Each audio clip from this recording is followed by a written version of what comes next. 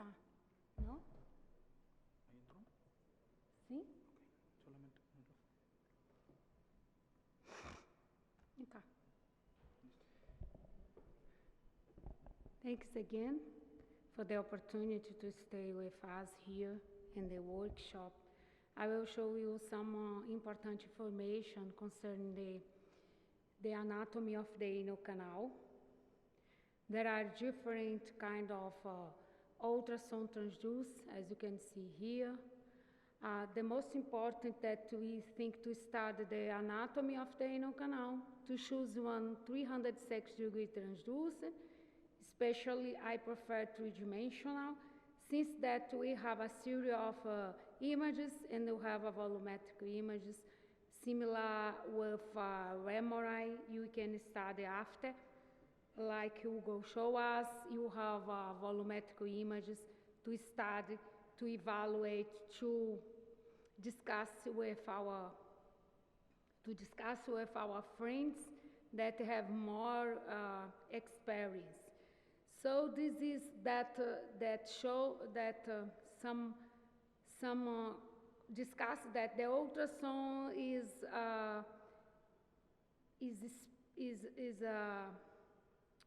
oh my gosh, that's okay, I will.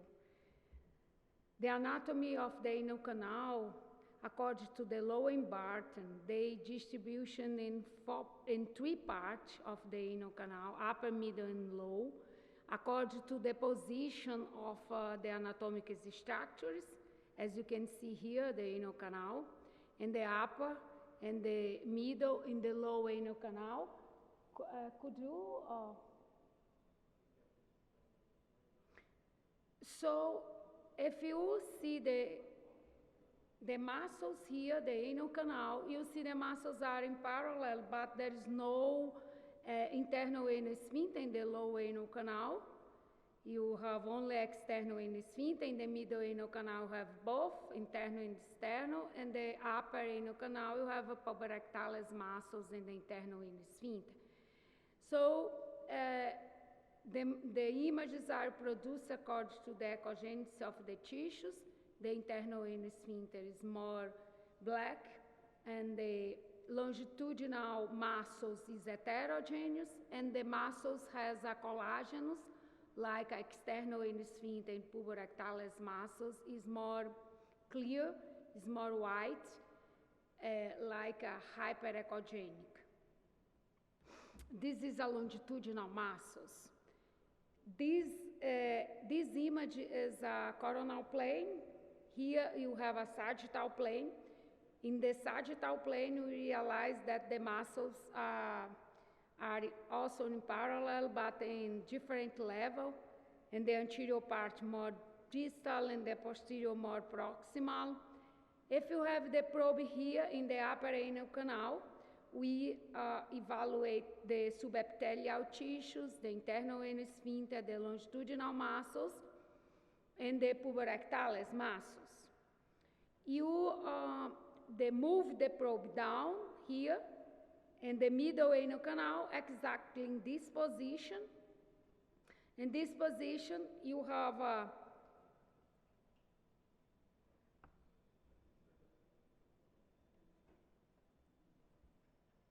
okay. In this position, you have a gap area, the area without striatal muscles. There is no a lesion, this is not the defect, it is the anatomy.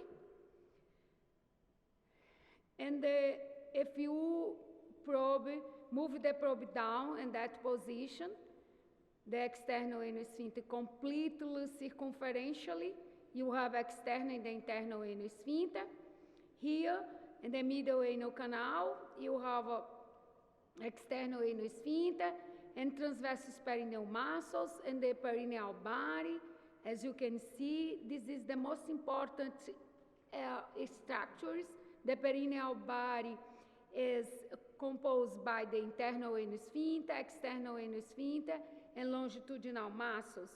We identify the lesions, the defects from the vaginal deliveries in these anatomic structures, as you can see here.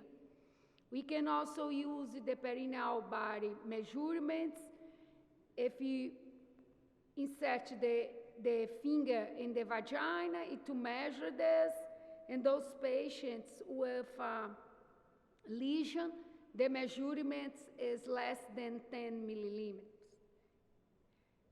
If the probe is here in the low anal canal, we found only the external anal sphincter and the subepithelial tissues. This is the configuration of the anal canal. It's completely asymmetrical. We should understand this because this has one impact. When you compare female with male patient, the muscles in male patient is longer and female patient is shorter, the gap is longer. We have many impacts. For example, this is a fistula, the anterior fistula. The tract crosses the muscles. The tract compromises the whole length of the external anal sphincter. When you have this in female patient, in the male patient, the tract compromises the muscles, but no compromise in the whole length of the muscles. The ultrasound, using ultrasound in all those cases to evaluate the anatomy of the anal canal, the pelvic floor, to evaluate the defect, the abscess and anal fistula, to evaluate the tumor of the rectum, the anal canal, the endometriosis, and the miscellaneous, as well as the pelvic floor dysfunction. This is an interesting case, as you can see in the upper anal canal. We have a lesion that compromised the internal anal sphincter, also a lesion compromised the external anal sphincter in the middle anal canal. We measure the angle. In the low anal canal, the sphincter is intact. Using a sagittal plane, you can identify the lesion exactly in the middle anal canal after vaginal delivery. You measure the length of the residual muscles, the length of the defect that included the external anal sphincter, and included the whole length of the internal anal sphincter. This is another case, as you can see in the upper anal canal. We identify the internal anal sphincter defect and the external anal sphincter defect in the anterior part. We measure the angle of the lesion. The angle is important to decide if you do sphincteroplasty by apposition or subapposition. There is no muscles in the anterior part of the anal canal. The defect compromises the whole length of the external and the internal anal sphincter. This is a case, as you can see here. The internal anal sphincter is thicker, since that the muscles retract because the lesion is a big one lesion here with transvaginal. The defect compromises one size and the another size. If the patient has a cloaca, we perform the sphincteroplasty, as you can see here, by sobreposition. As you can see, the perineal body, the ultrasound after the surgery, we realize that the surgery is good. We can also visualize the echogenicity of the tissues, like in the elderly patient, change the tissues by the fibrosis, change the echogenicity, especially of the internal anal sphincter, should be more hypoechoic. We can identify better the muscles here and in this coronal plane. This is a case of fistulas, anovaginal fistula, retovaginal fistula. to perform ultrasound to characterize exactly when the track crosses the muscles. Here, cross in the upper margin of the muscles is the middle and high anovaginal fistula. In this case, cross the muscle in the low position here. This is important. This is a video, as you can see.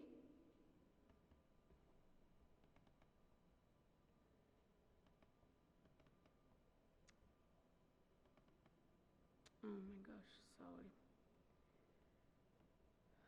I will show you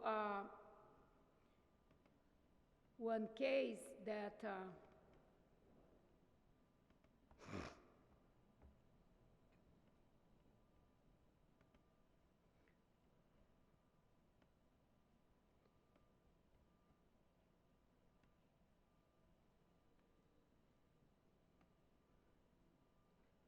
this is a program of, this programs come with the machine. I will show you here. Here we are in the upper anal canal, the puborectalis muscles, the internal anal sphincter. Here you have a longitudinal muscles. Longitudinal muscles, this is muscles like heterogeneous muscles. This is black and white. I don't know if you can see, but I will try to change this. It's better.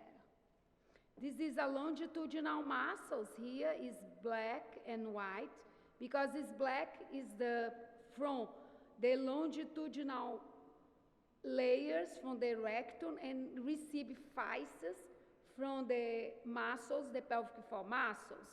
We are in the upper anal canal. The most important is this, if you have multiplane images. We are in the upper anal canal. Oh my gosh.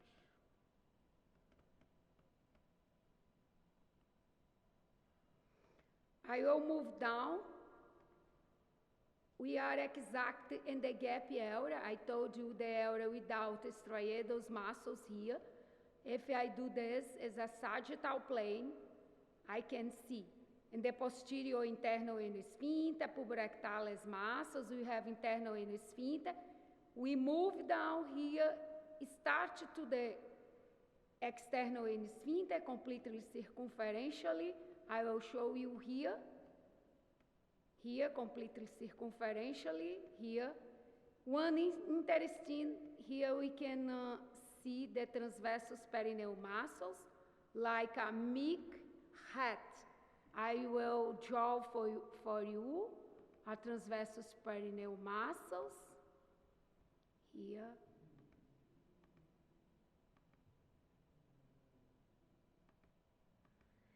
The transversus perineal muscles cross the external anal sphincter. Here. And we are exactly in the middle anal canal.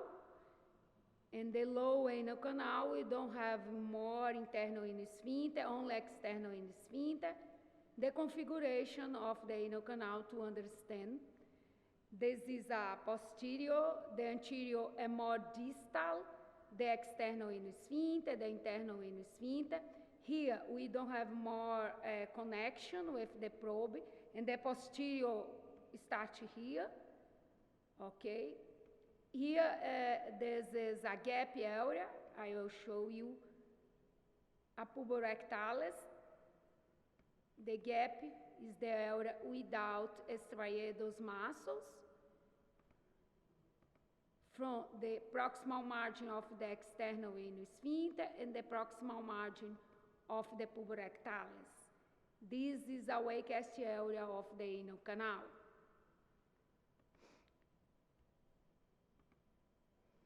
I have a case that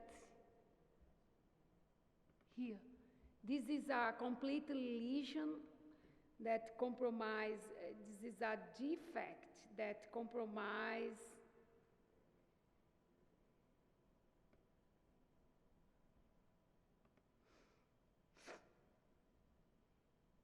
Good. Here is urethra, as you can see here. The urethra, you see the muscles, the urethra, the smooth muscles of the urethra here. We can realize this line, white line, the line is the air inside the vagina. Here, air inside the vagina, the posterior vaginal wall, the anterior vaginal wall. In the upper anal canal, we have a completely defect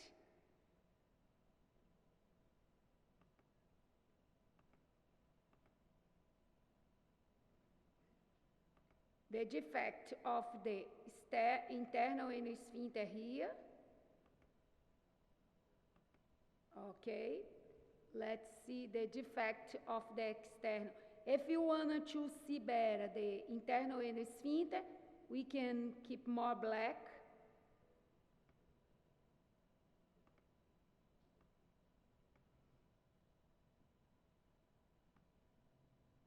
Like, it's better to see.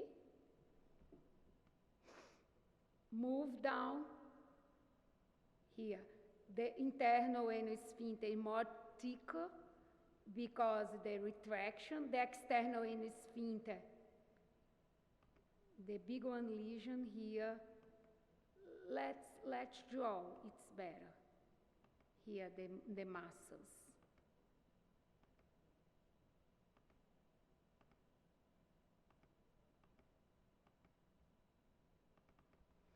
Okay. If you want to see better, more clear. We also have one mood. Oh my gosh, what's this? We have one mood. Is a Hender mood. Hender mood, we see exactly the muscles better.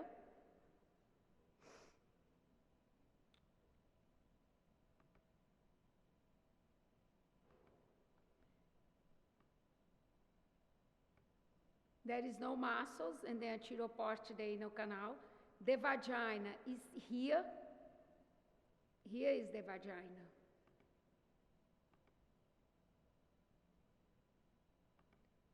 The posterior vaginal wall. Here is the air and the anterior vaginal wall. Vagina is together, is a cloaca. Together. Here is in the posterior the retraction of the muscles.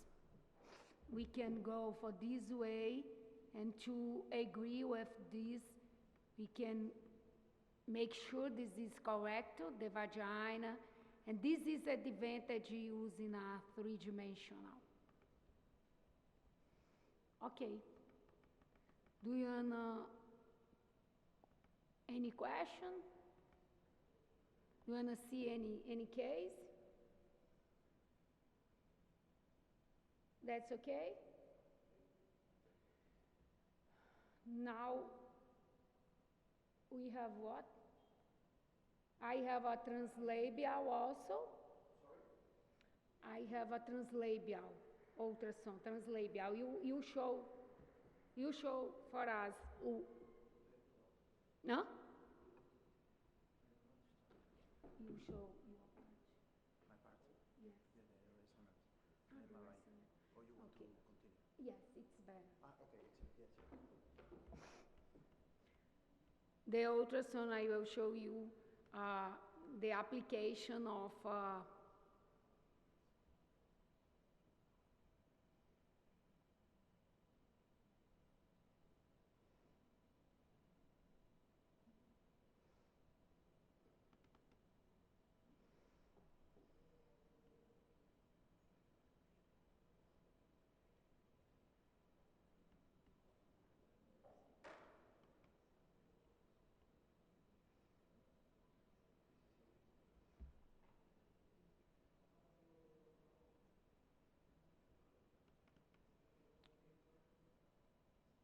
The translabial. The translabial is not a three-dimensional, so I have some images and videos. There are different techniques using a ridge linear endoprobe, transperineal, translabial. All of this technique was compared with the defecography with a high grade of concordance. We should identify the dysfunctions as rectocele into susception, aneisms, perineal descent, enterosigmoidocele, and cystocele. This was the first study that using transperineal by Bergabel in 2004 and compared with a defecography and demonstrate a high grade of concordance. The probe in this position, we can translabial, we can see the urethra and bladder, the vagina and uterus, and the anal canal, and the anterior part of the anal canal, and the rectum, and the posterior part of the anal canal. And the technique uses one line, that a reference line, and in the inferior margin of the symphysis. This is the symphysis pubis. This is the inferior margin of the symphysis pubis. And you measure the distance from the bladder to the inferior margin, the vagina, and to compare at rest with maximal valsalva or pushing. We can also measure an anorectal angle. I will show you the anorectal angle, one line. Draw the inferior margin of the internal margin of the internal anal sphincter and the rectal layers at rest to ask the patient to push. That patient has dyskinesia. The cystocele, as recognized by this line here at rest, to ask the patient to push. There is no rectocele because the bladder is coming but proximal this line. But in this case, the bladder comes down and down than this line. If the bladder is the same line, the symphysis pubic line, or down this characterizes cystocele. The rectocele is the herniation. We in our technique use gel, as you can see, the herniation here. Use one line to measure like a defecography in the axis of the anal canal until to the anterior rectal layer and the herniation and the anterior part of the herniation to measure it. This is a paper that we publish and you compare translabial with ecodefecography, the technique we develop in our department. I show you in the first day. And we found a good correlation, especially to identify rectocele and cystocele. I will show you. And also we standardize the length of the rectocele using a translabial. Here you have two techniques. You have ecodefecography, the herniation. Here we have gel, the herniation. You measure it to standardize the length of the rectocele. The cystocele we compare. Here the symphysis, the line, the bladder comes down, distal to the line. Here in our technique, the ecodefecography, we use one line in the margin in the anorectal junction, in the proximal margin of the pubis rectalis. The bladder comes down distal to this line. Into susception is, as you can see, the rectal layer into the rectum in translabial and the ecodefecography. I will show the video. This is a patient at rest. You measure the angle, the position of the bladder, the vagina, We ask two patients to push. Here, the bladder comes down in the same level of the line. You have a gel, you have also a rectal seal. This is the video.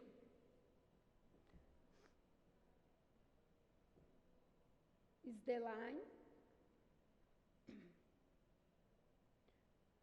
Now you ask two patients, you measure the lengths at rest. You ask two patients now to push. I will show you using gel.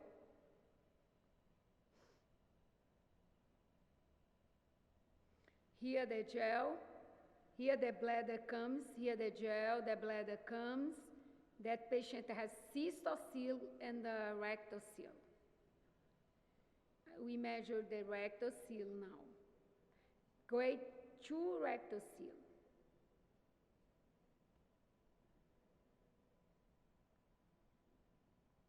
This is another video, the images, the urethra, the bladder, the vagina, the muscles here. We measure at rest. You ask two patients to push, the anorectal angle open, the big one rectal seal. We compare with MRI, the video.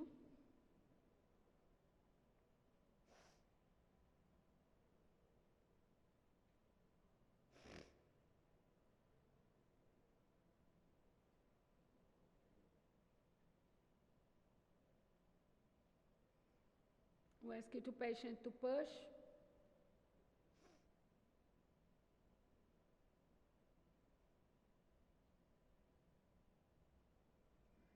The gel comes down. We can see this. It's very nice to do the exam to see the big one rectal seal should be gel for this way, but not. Comes here. This is the anal canal.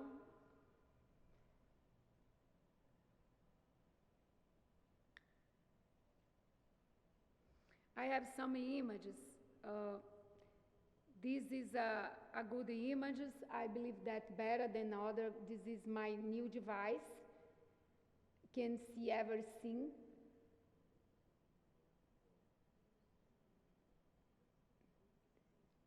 That patient has a cystocele, the bladder in the same position. If I ask the patient push a little bit more, the bladder is in the same position. And we see the rectal seal here, the rectal seal, the muscles here, the anal canal here, the muscles, the rectal seal. We measure the length of the rectal seal. This image is better than the other one. Here, the anatomy. We measure the line, use the line to measure it. We ask the patient to push. There is no cystocele. Here the bladder comes, but no cystocele, but a bigger one, a rectal seal. This is gel into the rectum. It's better to see. In the last one,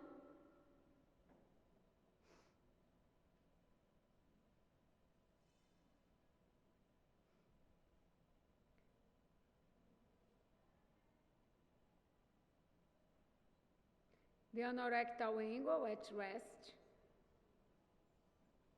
We ask two patients to push. The bladder comes down completely. As you can see, there is no rectal seal. We compared both. We found a good correlation. However, using a 306 degree, we can evaluate, we can see these images better to visualize the muscles, anal canal muscles, the length of the muscles, and the endoanal has some advantage. But I think that the best one technique is the technique you have. The best one device, the device you have. You know how to do. This is the best. No, the best is the best technology. Of course, yes. But the best if you do better, that's okay. Thanks for your attention.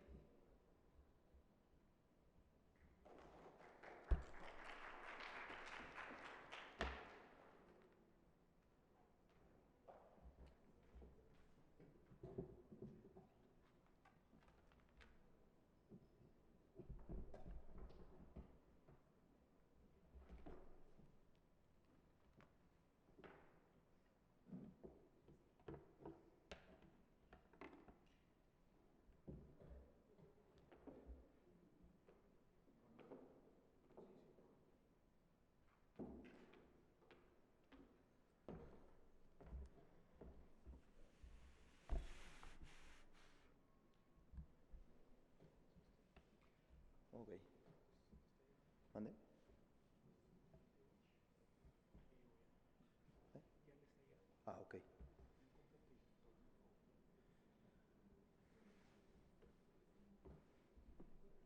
Lo pongo en... ¿Sí? Nada más que...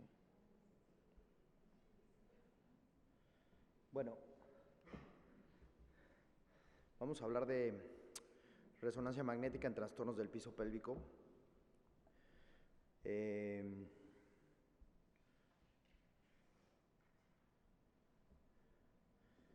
Últimamente, pues en los últimos años ha habido un cambio en la filosofía del manejo del piso pélvico y de los trastornos del piso pélvico,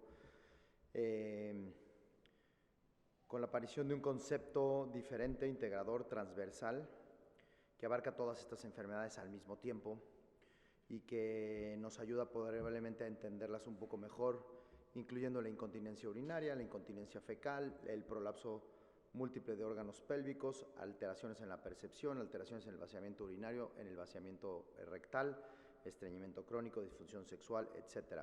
Y todo esto abarca la relación o la integración que tiene la resonancia magnética con esto.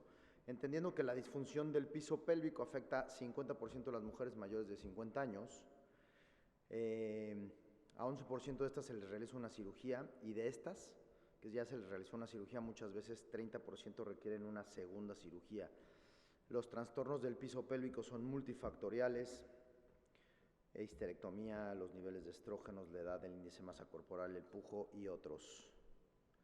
Se calcula que hay 5.4 millones de mujeres en México con incontinencia urinaria de esfuerzo o prolapso de órganos pélvicos, y que de estas el 15% pueden requerir tratamiento quirúrgico. La defecografía por fluoroscopía o la defecografía por resonancia magnética son excelentes herramientas para la elaboración de piso pélvico, independientemente que también pues, el ultrasonido es una excelente herramienta.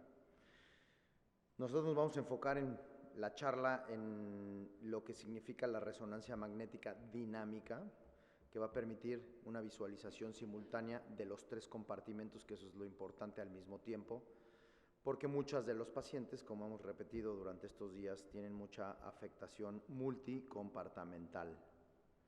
¿Qué ventajas tenemos con la resonancia? Que no tiene radiación, que podemos ver o tener una visualización directa de los músculos pélvicos y que podemos tener secuencias dinámicas para avalar esta disfunción del piso pélvico, en realidad pues que es dinámica. Las desventajas evidentemente con el costo que tiene un ultrasonido, la posición del paciente, que respecto a esto no tenemos un resonador en el que el paciente puede estar sentado evacuando. Nosotros actualmente hacemos la resonancia o la defecoresonancia con el paciente acostado, que no es lo mismo que si hiciéramos una defecografía con fluoroscopía, porque no adopta el paciente la posición normal de la evacuación. Sin embargo, no es un problema para que nosotros podamos tener unas buenas imágenes y una buena comprensión de la patología del paciente. Y bueno, tenemos un equipo especializado y variabilidad de las medidas. Entonces, nosotros normalmente los pacientes que vamos a someterlo se preparan con un ayuno a veces de 4 horas y la mayoría de las veces se le coloca un enema al paciente para vaciar la ámpula rectal. Evidentemente esto tiene cierta significancia para que el paciente esté un poco más cómodo, el personal médico y el personal técnico también. Le colocamos un uso de pañal porque muchas veces el paciente también puede tener salida de material urinario, bueno, de orina o residuos, y evidentemente el gel que vamos a aplicarle. Normalmente se le aplica 200 mililitros de gel ecográfico dentro del recto, de la ámpula rectal, para poder tener contraste, y se le aplican 50 mililitros de gel en la vagina, y idealmente que el paciente tenga la vejiga llena para que tengamos un contraste fisiológico también y podamos ver todos los compartimentos. Evidentemente necesitamos el consentimiento, la confianza y el pudor del paciente, ya que es un estudio muy incómodo. Cuando nosotros en el consultorio le decimos al paciente que le vamos a hacer este estudio, el paciente inmediatamente lo rechaza. ¿Cómo alguien me va a estar viendo hacer popó? Esa es la pregunta que dice. Entonces hay que hacerle entender al paciente que es la mejor manera para poder estudiar su piso pélvico y identificar o hacer un correcto diagnóstico de los trastornos del piso pélvico que puede tener el paciente, tanto con la defecografía, con fluoroscopía, como con la resonancia magnética. Este protocolo valora dos cosas: la valoración estática, que el paciente se le hace una imagen sin que se mueva en realidad, y la otra es una valoración dinámica. Vamos a valorar los tres compartimentos: el anterior, el medio y el posterior. Evidentemente lo que podemos hacer es tener tanto patología de vejiga como patología del compartimento medio, el útero. Entre el compartimento medio y el posterior tenemos la patología que se desarrolla en el saco de Douglas, que podría ser enterocele, sigmoidocele, etcétera, o perinocele, y el compartimento posterior, que sería pues en realidad rectocele, anismo o prolapso o invaginación rectal. Para comprender esto es importante ver los conceptos anatómicos en resonancia, como ya los vimos ahora en el ultrasonido. Pues hay que entender la fascia endopélvica, el diafragma pélvico y el diafragma urogenital, que la fascia endopélvica va a ser la capa adventicia que continua que cubre el diafragma pélvico y los órganos de estos. El diafragma pélvico va a estar compuesto por los músculos elevadores del ano, tanto el puborectal, pubococcigio e ileococcigio. Estas son las imágenes, y aquí los podemos ver, las imágenes en coronal, en sagital, etcétera, dependiendo los aspectos. Aquí la doctora creo que es radióloga. Los aspectos técnicos de la resonancia yo los ignoro mucho, porque en realidad no es como el ultrasonido, que nosotros hacemos ultrasonido, es muy distinto. El radiólogo es el que se encarga de hacer la defecorresonancia y el radiólogo es el que se encarga de interpretarla. En realidad, el puborectal, la visión del puborectal, la visión del ileococcigio, el pubococcigio. El diafragma urogenital también es algo que se va a valorar de manera estática, y es una capa trilaminar del músculo transverso profundo, de la fascia superior y de la fascia inferior. Entonces, esta valoración estática va a estar dada por tres componentes: el soporte uretral, que va a ser muy importante, el soporte vaginal y el complejo esfintérico. El soporte uretral y el vaginal lo va a dar los ligamentos uretrales y el puborectal. Aquí vamos a ver el soporte uretral, que está dado por los ligamentos vaginales, el músculo, la vagina en el centro, el recto, parte de la uretra, y así es como se debe ver la imagen. Normalmente cuando tenemos alguna alteración en la uretra, o se ve asimétrica o se ve caída más de un lado que del otro lado, el soporte vaginal. Y el soporte esfintérico, que como ustedes vieron en el ultrasonido, lo dividimos en el plano profundo, medio y superficial, y en resonancia pues miden el nivel del puborectal en el plano profundo, plano superficial, plano subcutáneo. Podemos hacer un corte sagital también, en donde podemos ver el esfínter de manera completa o longitudinal, y aquí se ve distinto, pero aquí vemos exactamente lo mismo que en el ultrasonido, que podemos ver. Sobre todo cuando nos vamos más superficiales o más externos, vamos a observar el esfínter anal externo. Después viene el esfínter anal externo con el esfínter anal interno, que empieza a aparecer aquí también, y definitivamente en el plano profundo vamos a valorar mejor el puborectal, junto con la vagina, etc. Y la valoración dinámica, pues es un prolapso de órganos pélvicos o la relajación del piso pélvico. Para esto, evidentemente, trazamos o medimos la línea pubococcígea, que va a ser de la última articulación del coxis hacia el pubis, y esa es la línea que vamos a tener. Normalmente nuestros pacientes en una fase de reposo o de pujo no debería de rebasar esta línea los órganos más de 1 centímetro, porque si no se consideraría que podemos tener un prolapso de órganos pélvicos. Aparte de trazar nuestra línea del pubo rectal, trazamos también nuestra línea H, que va a medir el diámetro de lo que es ¿cómo se llama? El anteroposterior, del hiato del músculo elevador, y después vamos a trazar una línea M, que es la verde, que esa línea M se traza perpendicular a lo que es la pared posterior del conducto del ano, o la unión ano-rectal con la línea puborectal, y entonces tenemos que tener ciertos valores normales, que son, esta debería de medir 6 centímetros y esta 2 centímetros, esos serían los parámetros completamente normales. Esta es una clasificación que te dice que si la línea H mide de 6 a 8, 6 a 10 o mayor de 10, se considera un grado moderado, leve o severo. Igual la línea M de 2 a 4, 2 a 6 y mayor de 6. Normalmente, pues la clasificación o el sistema HMO ya no integra esos, los grados y los centímetros, sino que nada más clasifica la laxitud del suelo pélvico y el descenso de los órganos. Evalúa la línea H, la línea M, y O le da, el valor de O es el prolapso de los órganos específicos, dependiendo de qué prolapso tenga. Y normalmente, si estas estructuras están por debajo de la línea, en reposo mayor de 3 centímetros, se considera como que tienes un prolapso o un descenso de los órganos del piso pélvico, y no se recomienda actualmente ningún sistema de gradación.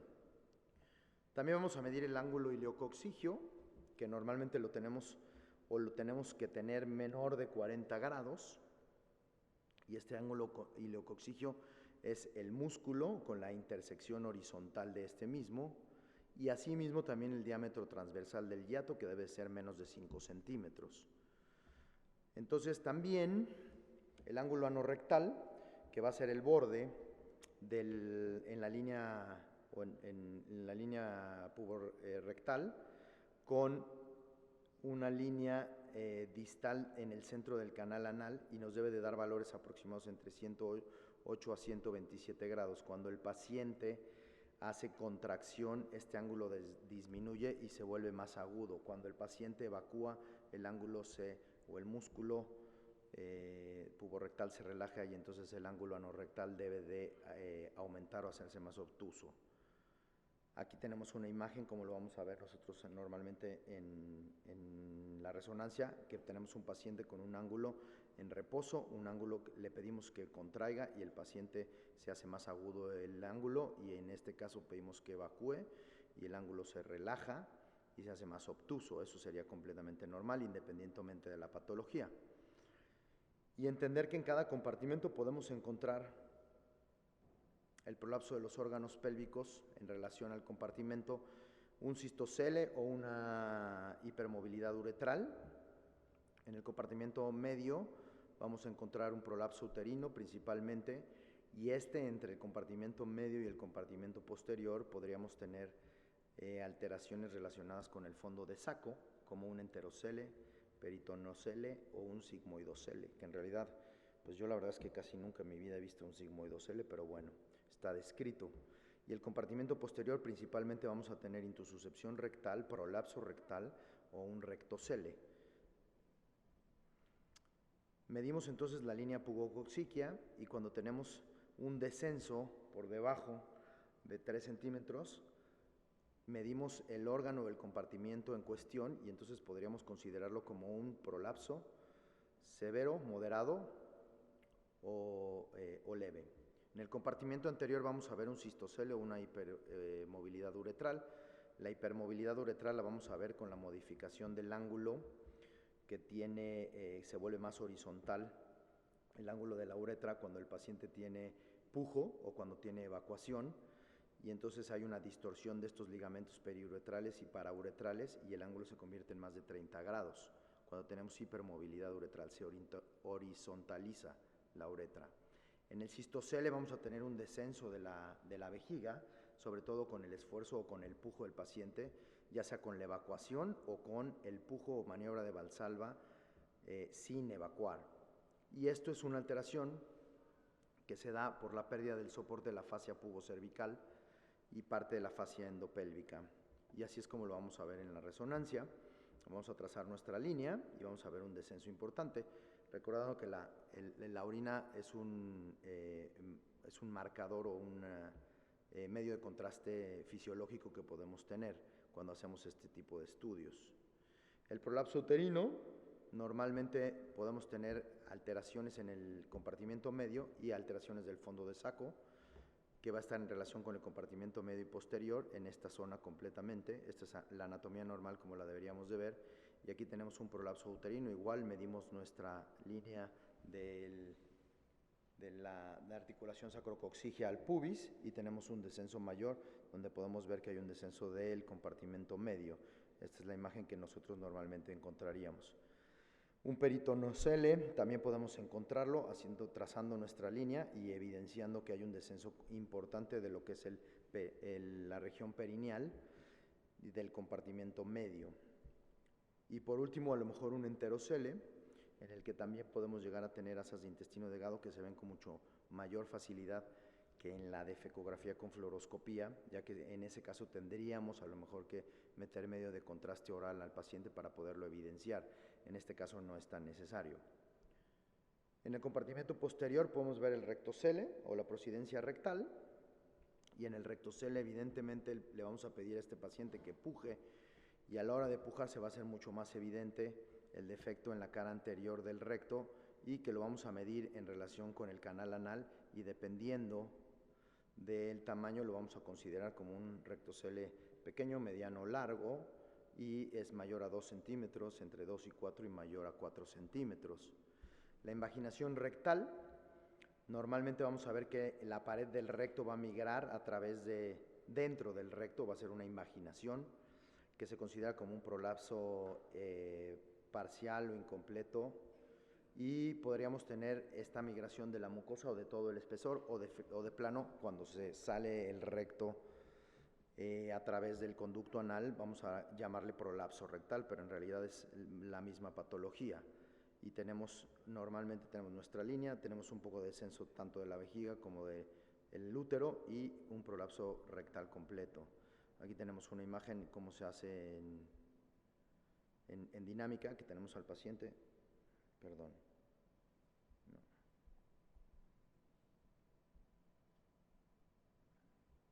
Le pedimos al paciente que puje y normalmente vemos la salida completa en medio contraste.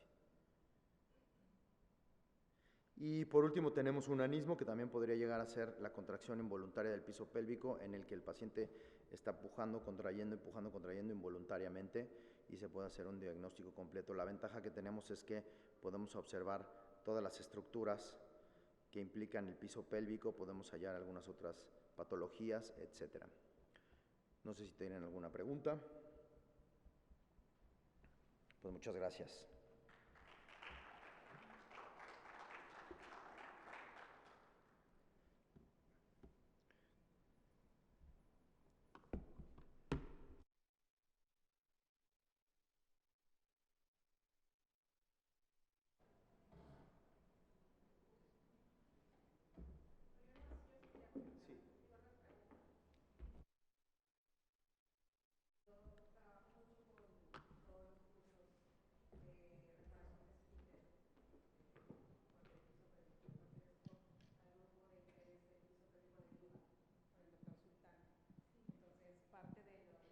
Protocolo de manejo y de seguimiento a todas las pacientes que tuvieron un desgarro del esfínter anal de tipo obstétrico es hacer, por supuesto, que un ultrasonido en las diferentes variedades, endoanal, translabial, transperineal, etc.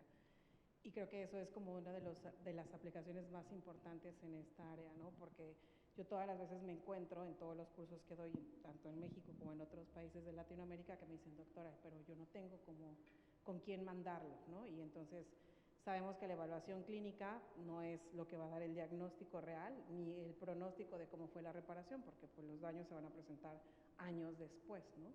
Entonces no sé si haya algún programa, en Yuga está en la página el curso que se toma para el ultrasonido y para todo este seguimiento que puede ser en línea, pero en México no sé si ustedes, que son expertos en esta área específicamente, hay un programa o hay algún programa de entrenamiento para los médicos residentes, porque yo es cierto que ahí el entrenamiento que yo estoy dando, si no hay un seguimiento, se rompe. Entonces, ese ciclo, pues, ¿cómo puedo saber si se viene una esfinteroplastia o no, ¿no? Si no sé ni en cuántos grados quedó la lesión, ni descarto una lesión oculta, no sé.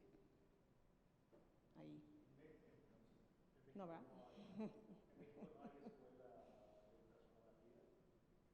Aquí, pues, la única que ella es pionera, a lo mejor no sé si la ubican, pero la doctora Regadas es pionera, ha desarrollado múltiples técnicas en ultrasonido isopélvico.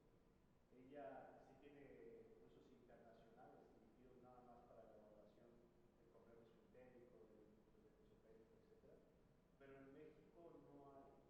Había una empresa que la finalidad era que el taller se pudiera hacer de manera dinámica con los doctores, con ustedes, pero ya bueno, al final hubo ahí un conflicto de interés, lo que estaba explicando. Pero nosotros en el mes de noviembre vamos a tener el Congreso de Cirugía de Colon y Recto, y precisamente el objetivo de venir nosotros como grupo, más que como coloproctólogos, como grupo de cirugía de colon, recto y ano, es tratar de unificar criterios y también ver desde el punto de vista, porque nosotros cuando hablamos de piso pélvico es como lo que sucede ahorita con ustedes. Nosotros hablamos de piso pélvico con ustedes y ustedes tienen una noción diferente, o sea, saben más, pues, y es la realidad. Pero cuando nosotros hablamos de piso pélvico con los proctólogos, no hay mucha interacción porque no hay conocimiento. Claro. Pasa lo mismo que ahorita. Nosotros hablamos de piso pélvico, perdón, nosotros hablamos de cosas de uroginecología en un congreso de colon y recto y pasa exactamente lo que está pasando. O sea, no hay nadie, no hay nadie. Y nosotros hablamos de colon en un congreso de uro y no hay nadie. Entonces, estamos nosotros. No, claro. No, pero a lo que yo me refiero es que esta es la finalidad. Claro. Esa es la finalidad, de tratar de hacer algo para que pueda haber un intercambio académico.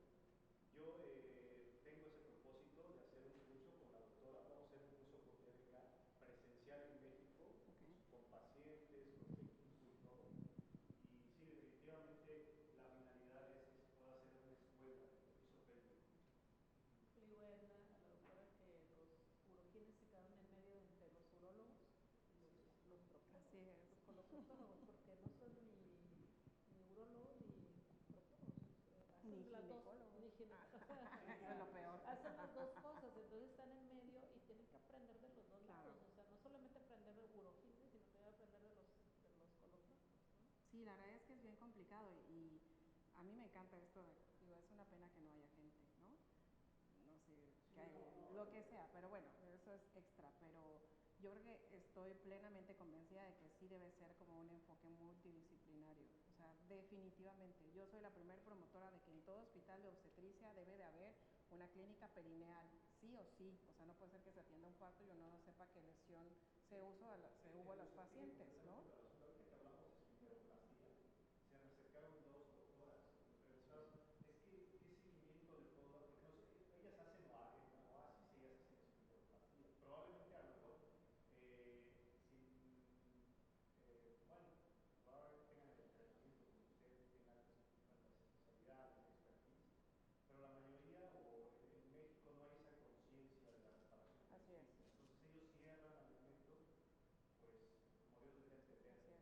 Así es. Y desgraciadamente esos pacientes pues ya no los ven, hacen la reparación, el paciente se va, la paciente se va, y son pacientes que se pierden.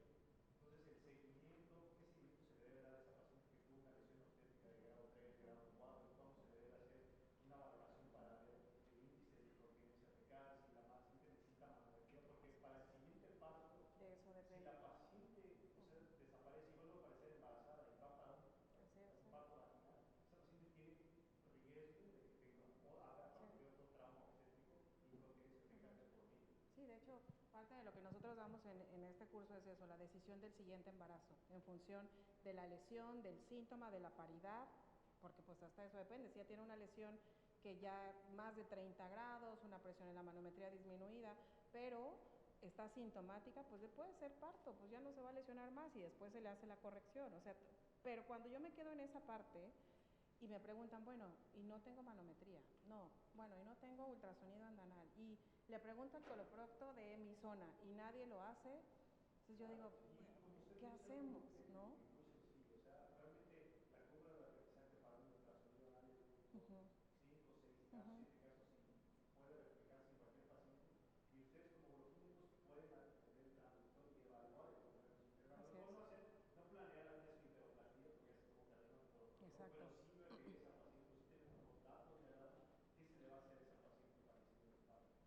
a mí me encantaría, yo eventualmente hago a veces cursos, son 2 o 3 al año, quizá el siguiente hacerlo, pues para la gente que vaya como algo para que les quede más claro, no sé, en esa parte como trabajar en conjunto porque es la reparación y ahora ya te enseño a alguien que es como sepa hacerlo y cómo debe hacer y el entrenamiento y yo sé que no es un entrenamiento tan difícil, a lo mejor el resto de la ultrasonografía del piso pélvico pues sí, porque no nada más es la única vía endoanal, sino todas las demás, pero yo creo que eso sí es como urgente en México que lo hagamos, ¿no? Entonces, no, pues muchas gracias.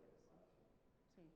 La mayoría de los pacientes que a mí me llegan con una lesión postparto, casi todos lo prepara el ginecólogo. No es el tipo de reparación ideal. Claro. El tipo de suturas que hacen tampoco. Muchos Sí. pacientes llegan fistilizados. Muchos pacientes llegan con una licencia de esa reparación. Entonces, o se reparan en el momento de la lesión, pero creo que debe de haber una técnica adecuada para Así que es. no haya buenos resultados. O se espera hasta que tenga una buena fibrosis para después hacer una buena reparación. Sí. Precisamente lo que estaba tocando en el tema de esfínteroplastia, estuve hablando sobre la diferencia entre usar el PIN, que es O cuáles son los caminos. Los pacientes llegan con reparación de esfínter postparto. La paciente estornuda en el postparto 2 horas después. Sí, es lo primero que nosotros en el taller decimos. La sutura es lo más, la sutura, el tiempo de absorción, el que sea una sintética, y la técnica. Porque no es nada más hacer esto. No, claro, el traslape, así es. Es un traslado. Yo hice la esfinteroplastia y acerqué los cortes. No, No, y está comprobado que no. hay que hacer un traslape. Y la evolución de los pacientes al año, a los 2 años, tiene una pérdida anatómica importante. A veces no de la función, pero anatómicamente sí pueden llegar a tener soilings, las fugas, Claro, etcétera. la urgencia fecal y todo eso. Exacto, yo creo que tiene que ser un manejo conjunto y yo creo que tenemos que, bueno, la invitación que nos hizo el doctor Escojante, pues creo que es el acercamiento que todos tenemos que tener como sociedades y empezar a trabajar en conjunto. Yo creo que con educación. Así es. Y hacer paneles de discusión en conjunto. Sí. Y no es educar a los ginecólogos, porque no es decir yo lo hago bien y tú lo haces mal. Los coloproctólogos también lo hacen mal. Claro, claro, es Entonces, educar a todo el No es como echar culpa, ¿no? Exacto. Tú eres urogíneco y no sabes manejar el esfínter anal. Es al contrario, es compartir conocimiento para el beneficio del paciente, porque al final es el paciente. Sí, de hecho yo siempre les digo, me encanta que estén, obviamente los residentes, me gusta mucho más que estén los médicos adscritos a lo mejor de hace 10 y 15 años, pues porque eso siguen enseñando, pero no nada más debería ser a ellos, hay que educar desde al estudiante que atiende el parto en el servicio social, porque pues eso es el que va a atender, ¿no? Y siempre es, el parto, se los digo, es al de menos, ¿no? Ay, el parto que lo atiende el interno, el parto que lo atiende el R1, ay, ese desgarró, ay, pues que lo atienda cuál, ¿no? Claro. Exacto, no, sí, no. Yo creo que tenemos mucha oportunidad. Sí, sí, sí, sí, pues no, pues qué gusto conocernos, qué mal que no hubo nadie. Say congratulations.